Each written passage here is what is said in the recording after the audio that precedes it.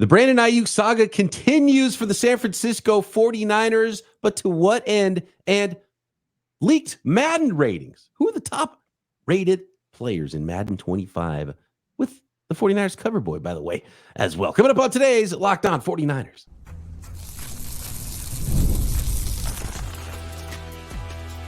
You are Locked On 49ers, your daily San Francisco 49ers podcast, part of the Locked On Podcast Network, your team every day.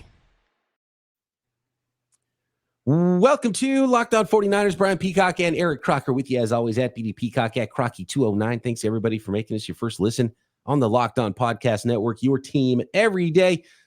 Shout out to all the everydayers out there. Make sure you are subscribed on YouTube and everywhere you are listening to this podcast. Today's episode of Locked On 49ers brought to you by Gametime. Download the Gametime app, create an account, and use code LOCKEDONNFL for $20 off your first ticket purchase. Terms apply. And of course, being that it is a Winky Wednesday, let's bring on today's guest. Nicholas Winkler, come on down. Can't believe it. Action News 8 Sports with Nick Winkler. What's up, Wink? How you doing, man? Last week we talked about the cover athlete for Madden 25, 49ers own Christian McCaffrey. We did not have that conversation with Eric Crocker as he was out of town. And now we have some leaked Madden ratings. So I want to get to that stuff here in a bit. But we got to get your take. Nick Winkler, my former podcast host, my former radio colleague, joins us weekly here on the Winky Wednesday episodes, and also known as the voice of the fan. So, Wink, when you see all the drama that goes on, you're kind of got to be somewhat used to this kind of drama with the 49ers in the offseason. They need to negotiate one huge deal every offseason. Another one coming next offseason, by the way, so buckle up for that. Where are you right now as the voice of the fan when you see Brandon Aiyuk on the socials saying, they don't want me back?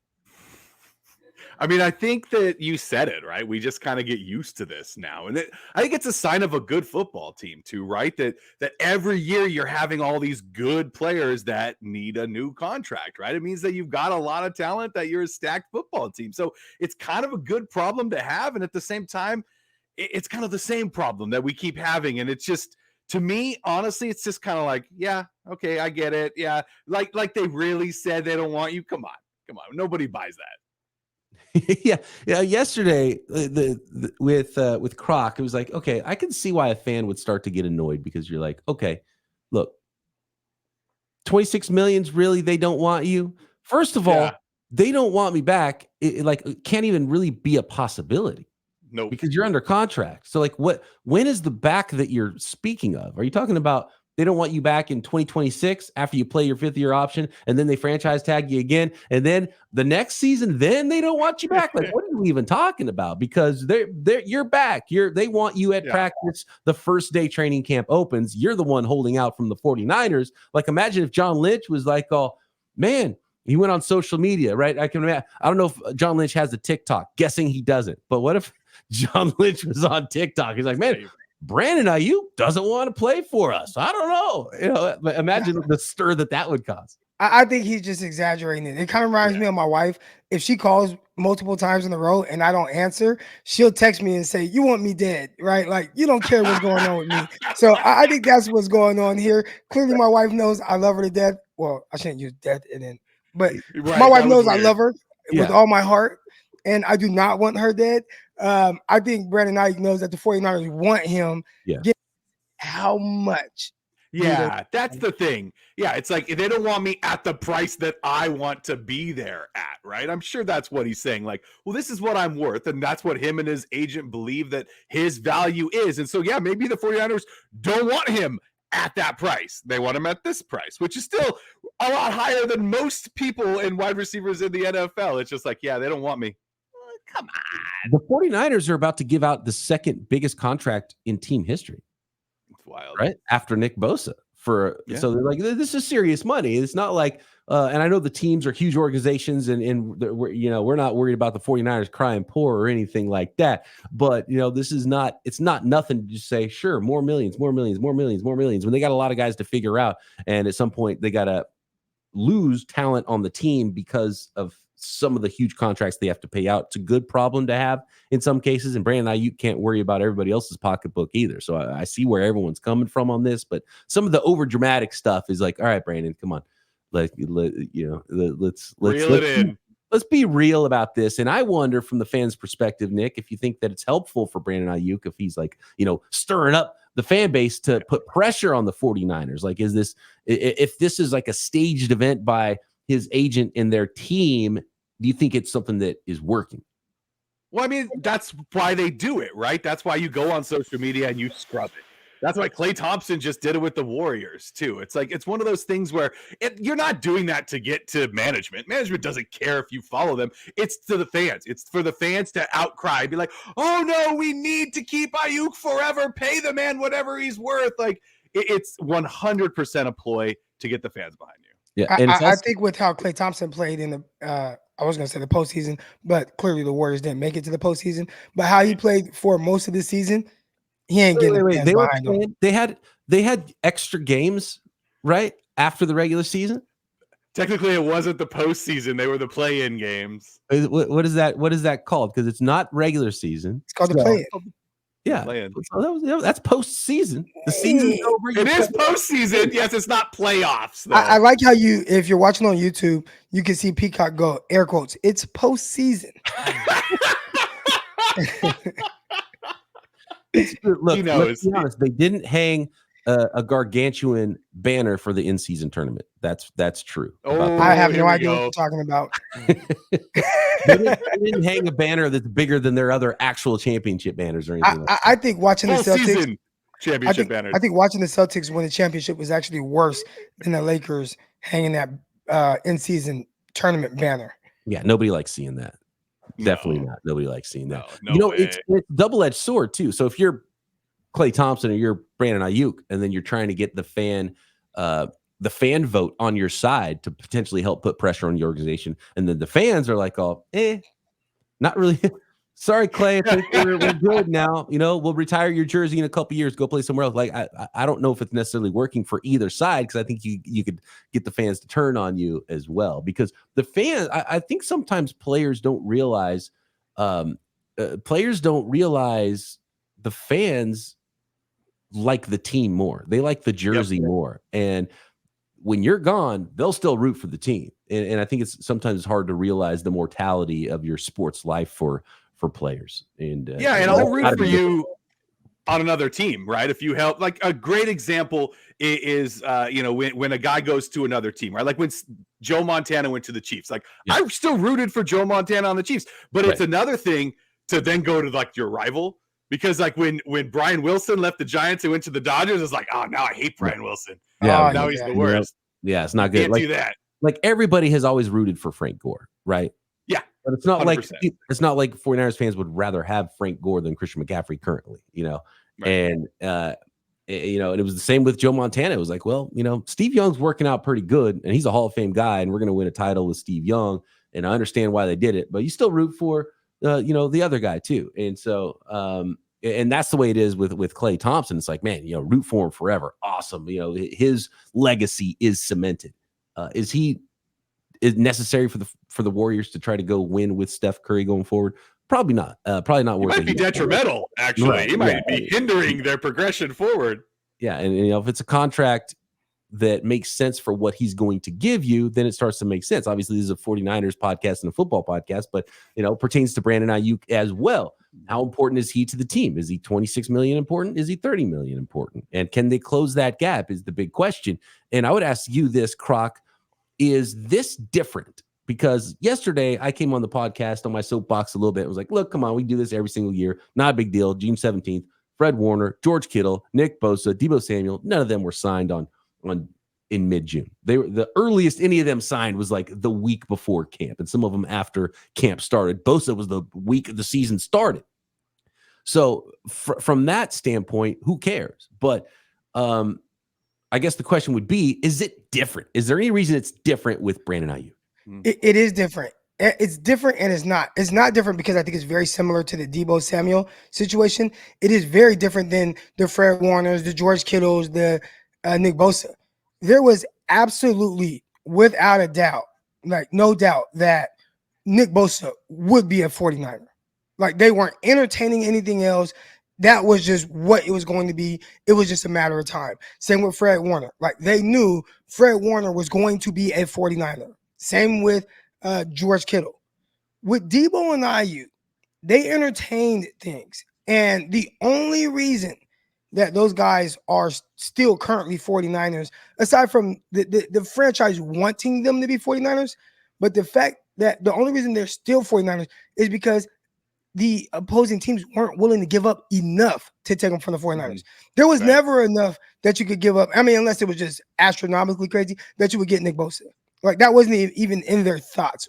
Whatever it was going to take, nobody was going to be even come close to sniffing that. With Deebo, I really think if it would have just been a straight up number 10 and not number 10 for 61 swap with Deebo, I think he'd be a New York Jet. And with Brandon Aiyuk, if the offer was good enough, he would have been gone. So I think that's why it's different, but not different. If the offer was good enough, Deebo and Aiyuk would not be 49ers right now. So now it's, hey, we do want you, but you do have a price. Whether it's somebody trading for you or us having to pay you. And do we want to meet that price? And again, there was no price with Nick Bosa, you know, where his position, when he meets the team, that he was not going to be a 49er. There was no price for Fred Warner in the sense of his position, making him like the highest paid linebacker at the time. There was no price that was going to be too high. Like, he was always going to be the highest paid linebacker. George Kittle was always going to be the highest paid tight end. They do not want to sniff making Brandon Aiyuk the highest paid receiver. And I think that's where it's different. Well, that's what you said earlier. Is he worth the 26 million? Is he worth the 30 million? He's worth 14 million this year. That's for sure. 100%. Yeah. The price is the price. So when that price gets met for the 49ers, whether it's a contract negotiation agreement, an extension agreement, or a price from another team, potentially, that price is a lot more expensive post-draft than it was pre-draft. Then I guess that's when a deal will get struck, when the price is met. So that's where we're at here. As we approach the end of June. How about those Madden ratings? Some leaked Madden ratings. The top Madden ratings for the 49ers. Madden 25. Next. This episode of Locked On 49ers is sponsored by Gametime. When you download the Gametime app, you get a special offer for our listeners. $20 off your first ticket purchase. And Gametime makes getting Major League Baseball tickets, NFL tickets. You've been circling those games on the schedule, I'm sure, since the schedule release. Which 49ers games you want to go to. Prices on the Gametime app actually go down the closer it gets to first pitch for a Major League Baseball game or kickoff in those cases. Killer last-minute deals, all-in prices, views from your seat, and their lowest price guarantee. Gametime takes all the guesswork out of buying any tickets that you're trying to get to. We're talking concerts, comedy shows, theater events, whatever it is near you, and of course, all the sporting events you could ever want. Last minute deals, you can save up to 60% off buying those last minute sports, comedy, and theater tickets. Flash deals, zone deals, all in pricing. You see the total upfront, no surprise fees at checkout. Maybe my favorite feature at Gametime. So take the guesswork out of buying tickets with Gametime. Download the Gametime app, create an account, and use code LOCKEDONNFL for $20 off your first ticket purchase. Terms apply. Again, create an account and redeem code LOCKEDONNFL for $20 off your first ticket purchase. Download Gametime today. Last minute tickets, lowest price, guaranteed.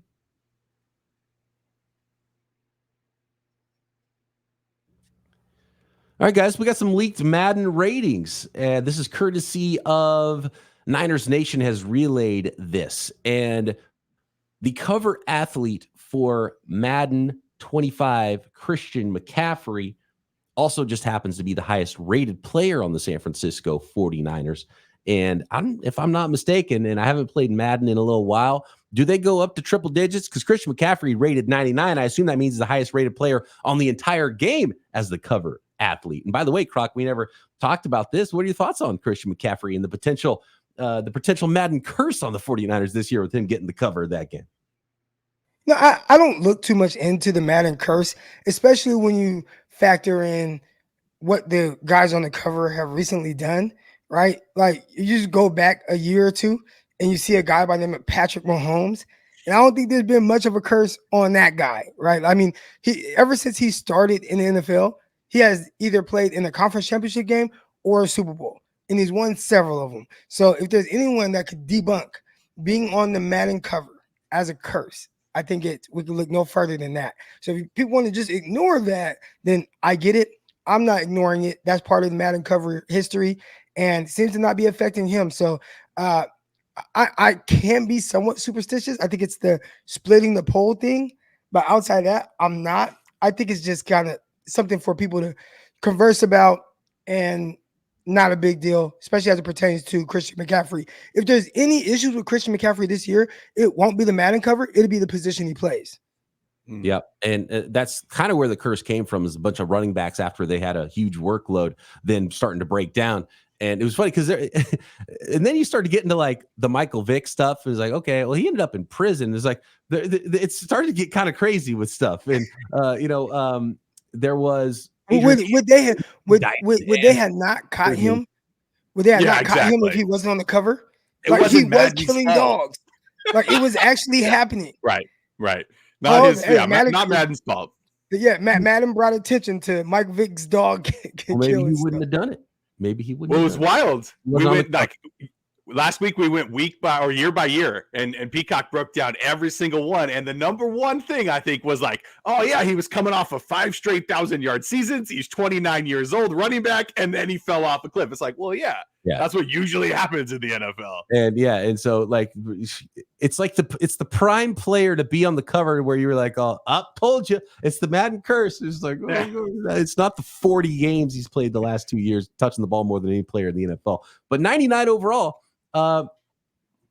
Best player in the game, Christian McCaffrey, cover athlete. Congratulations to him, 99 overall. We know how many find a better football player than Christian McCaffrey. And we're talking about Madden ratings too. It's like you're just bumping up every single slider because he's got everything, right? So it's hard to find a weakness. It's hard not to. It's in some cases you're breaking the algorithm because you're moving so many things up. And it's like.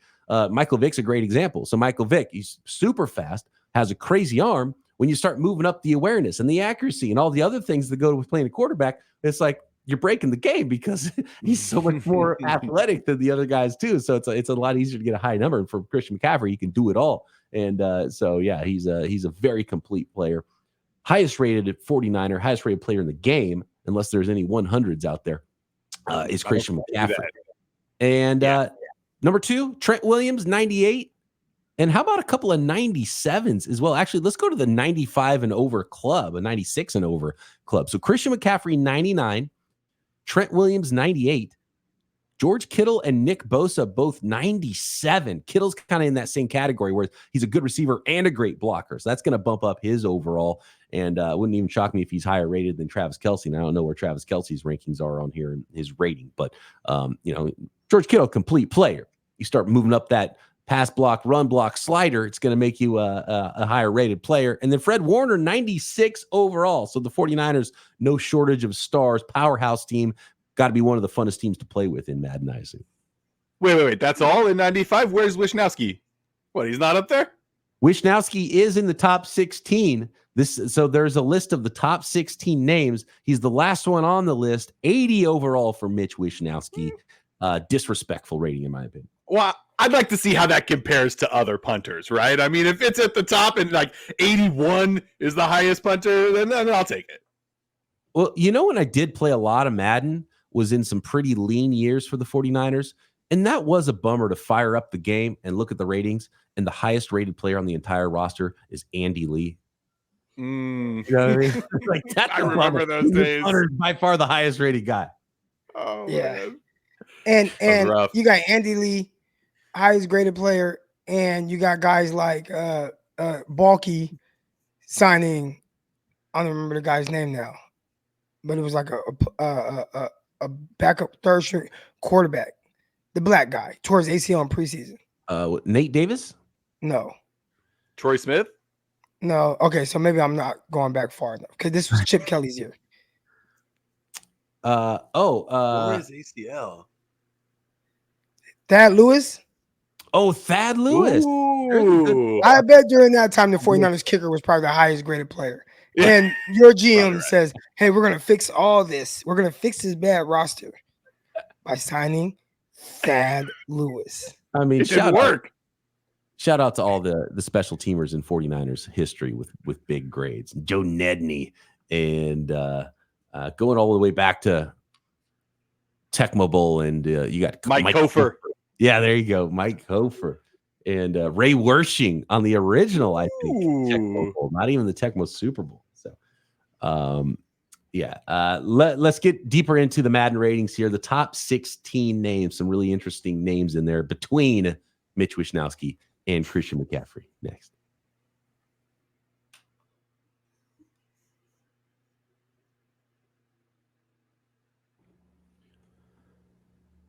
So, guys, real quick, I've been meaning to mention this since last week when Joey Bosa was quoted as saying, and by the way, Nick Bosa, 97 overall in Madden. Joey Bosa, Nick Bosa's brother, said that he still wants to play with Nick Bosa. Like, at some point was his quote. He wants to play with his brother. It's not going to happen this year. We thought this might be the offseason that Nick and Joey Bosa play together. What do you see the path, Croc, for Nick and Joey Bosa playing together? Is this like they're going to play when they're, in their late 30s together at the ends of their careers on some other roster? Or is this a Joey Bosa joins Nick on the 49ers in like 2025 situation? Not sure what happens while both guys are in their prime. I definitely could see, Joey Bosa kind of being on his way out of the league, and money isn't an issue at all at whatever point this is. And he says, you know what, I'll play for $3 million to be able to just play one season with my little brother. It would be really cool. It'd be helpful for the 49ers as well. Now, some things would probably have to go poorly for Joey for that to happen, just because of the expense of both those guys, and the Chargers found a way to keep Joey Bosa this year. But I don't think it's that distant of a future where Joey Bosa could become a member of the San Francisco 49ers. Just not going to happen this year. Who knows, unless something goes down at the trade deadline. Niners are going to be active. Niners are absolutely going for it. Wink froze there for a second. Looks like he's going to join us back here in a second. All right, going back through these Madden ratings here. The top 5 again, the 95-plus club. Christian McCaffrey, 99. Trent Williams, 98. George Kittle, 97. Nick Bosa, 97. Fred Warner, 96. Then a little bit of a gap, but still some guys in the 90. 3 more players, 90 overall or more. Charvarius Ward is next with a 91 overall grade, Croc. Then you got Brandon Aiyuk at 90 and Talanoa Hufanga at 90. Hufanga's got an all-pro under his belt, but I'm still a little bit surprised that Hufanga is that high. Brandon Aiyuk, that's a big one. We talked about him already. Where do you think about Brandon Aiyuk being a 90 overall in Madden?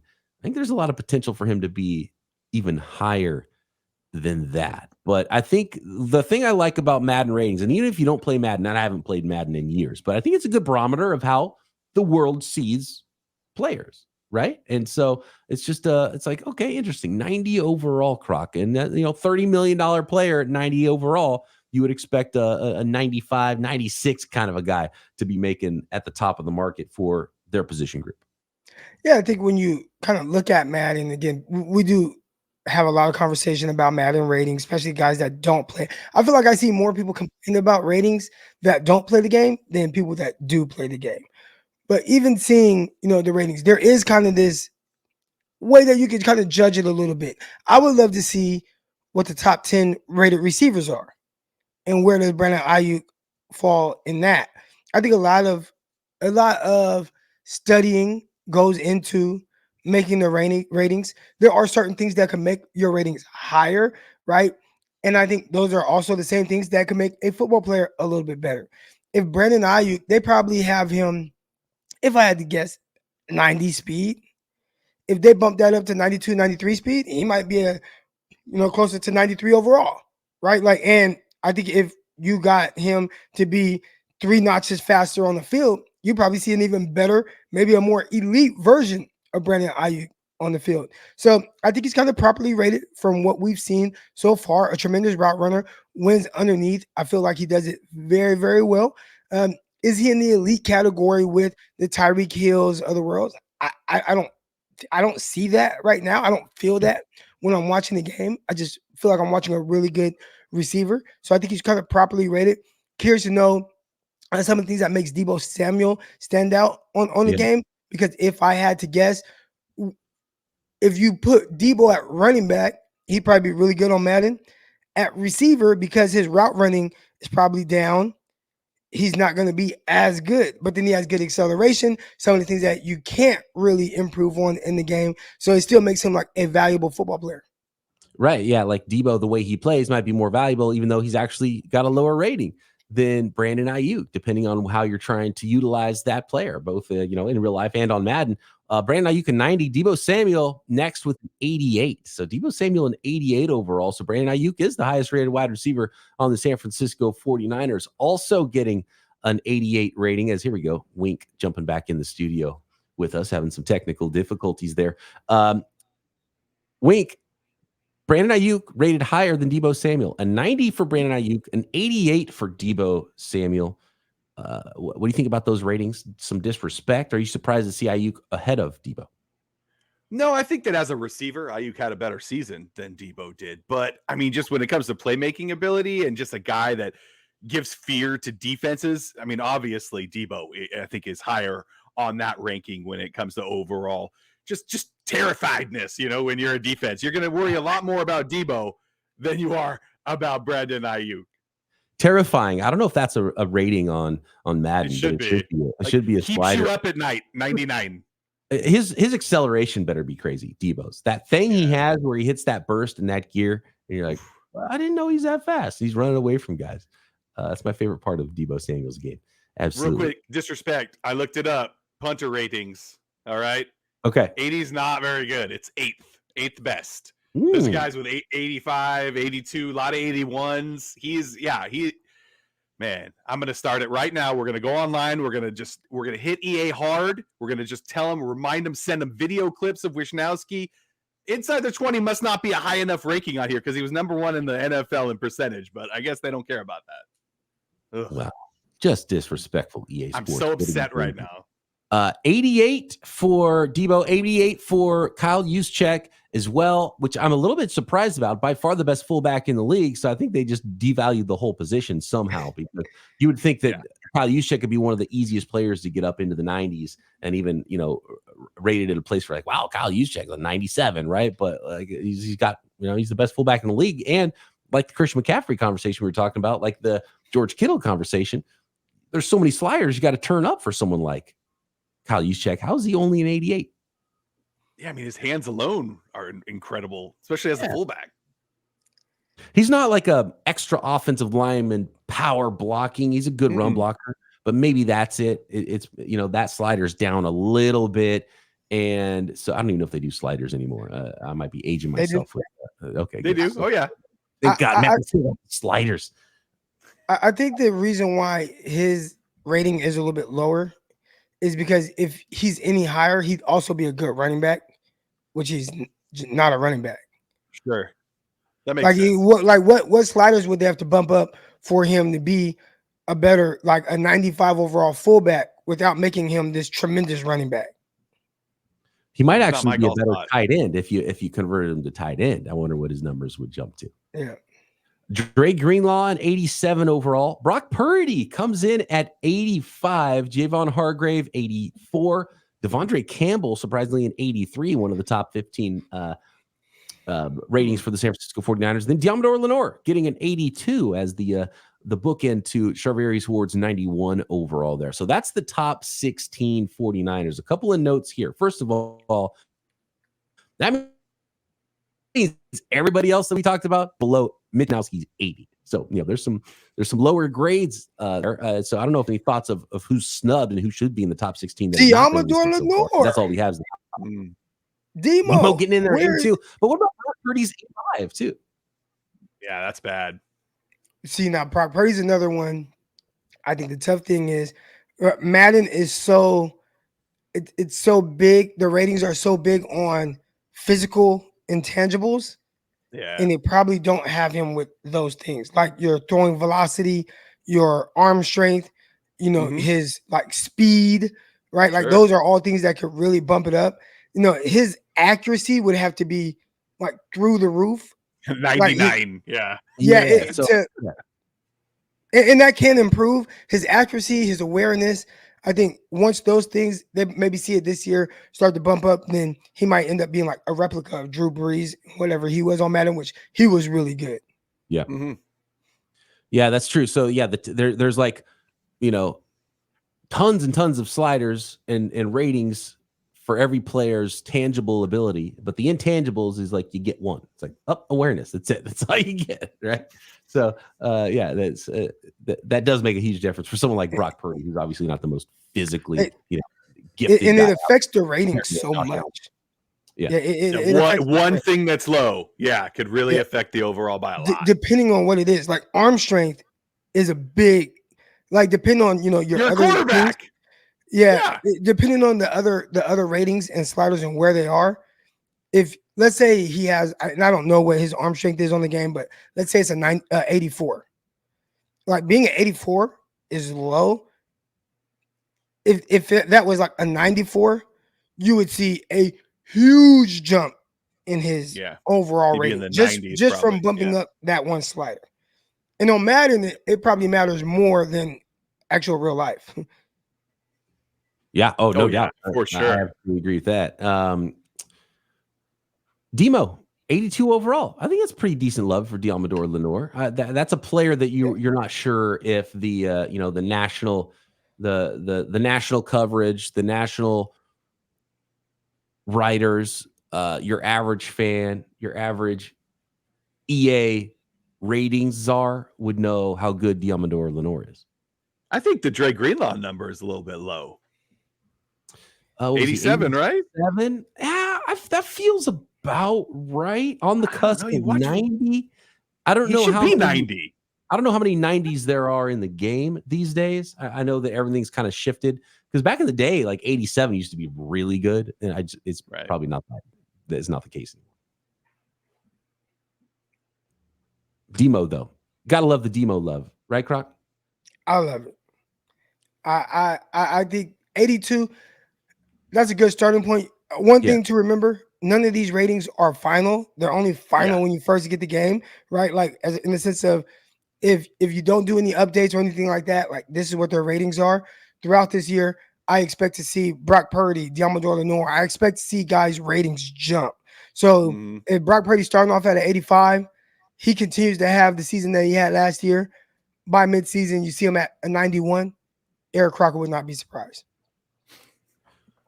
And by the way, Brock Purdy, you're talking about that arm strength. Have you seen him? Have you seen photos of him? Getting a little bit ripped. He had a full a little bit. He might throw another 1 or 2 MPH on that fastball. Be talking with Brock Purdy. So don't sleep on Brock Purdy's arm either. All right. There we go. That's the Madden ratings as we know them. Let us know what you think. Who got snubbed? Who got disrespected in the Madden ratings category? What do you think's going on with Brandon Aiyuk? Let us know at BD Peacock, at Crocky209, at Bay Area Wink. Thanks to all the everydayers out there. Make sure you subscribe on YouTube and everywhere you listen to this podcast. Croc and I back tomorrow. Locked on 49ers. See you. We do ask that you dump your trash on the way out.